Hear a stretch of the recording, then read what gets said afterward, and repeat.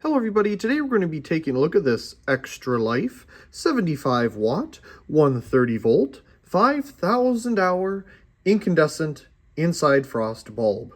This came in a lamp that I picked up from the thrift store quite a while ago. I just kept it in the collection. As you can see, it has quite amount of use on it here with all the blackening from the filament at the top of the bulb, obviously being installed in a lamp. That makes sense. At the top, we can just barely see the etch. You can see it right there. It says Extra Life, 75 watt, 130 volt, 5,000 hours. And that's really all the information that's on it. Other than the base here, we get a nice brass base and it says Poland. Inside, we can see the C-shaped filament, which is pretty common for these bulbs. Also, for it to be a C-shaped filament on only one side of the bulb is also kind of common for these, I notice. It's not the typical C shape that goes all the way, almost around. It just does 180 degrees, and that's really about it, as you can see here inside. We do have a decent number of supports, as you can see. It looks like 1, 2, 3, 4 supports, and of course the starting and ending of the filament. So yeah, standard A19 style bulb. Let's turn it all the way up here. I'm not sure if this is powered on. So let's see. Sure enough, it is. And as you can see, right off the bat, the filament is on one side of the bulb. Definitely putting off a decent amount of heat. 65.8 watts with it being, 130 volt. Let's turn off the lights here. Hold above the camera, it's about 2 feet from the lux meter, and we're getting about 198 lux.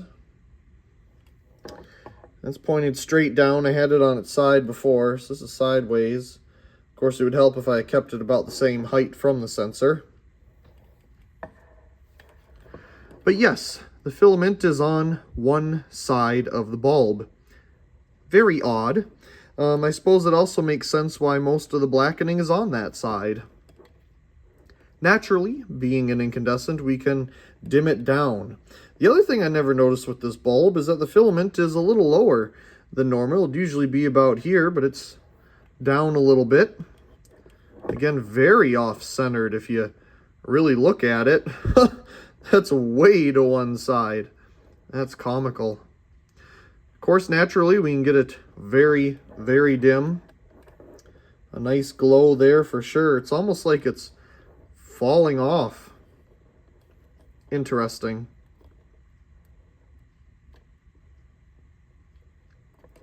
Nice range of brightness. I definitely say it's more close to a 60 watt incandescent for the lumens it's giving off, especially with it being a 130 volt bulb. It's not going to be as bright as a 120 volt bulb, but you get the longer life, as it states on the etch there, 5,000 hours. Now, I'm not sure if we'll be able to see the etch again with the bulb on. And you can kind of see it a little bit there, but it's very hard to see. There you go. You can kind of see the Extra Life a little bit. Not sure what brand this would have been sold as. Probably something generic for sure. I've seen Abco bulbs with a similar base like this, but that would normally say Abco on it. But this most certainly doesn't.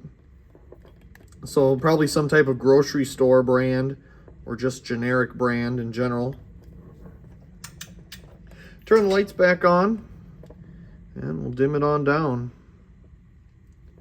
So, I hope you enjoyed this quick little video of a not so common anymore incandescent bulb.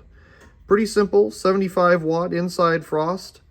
Nothing wrong with it at all. It definitely has a lot of life left in it. Once again, I hope you enjoyed this video, and also please comment, rate, share, and subscribe, and thank you very much for watching.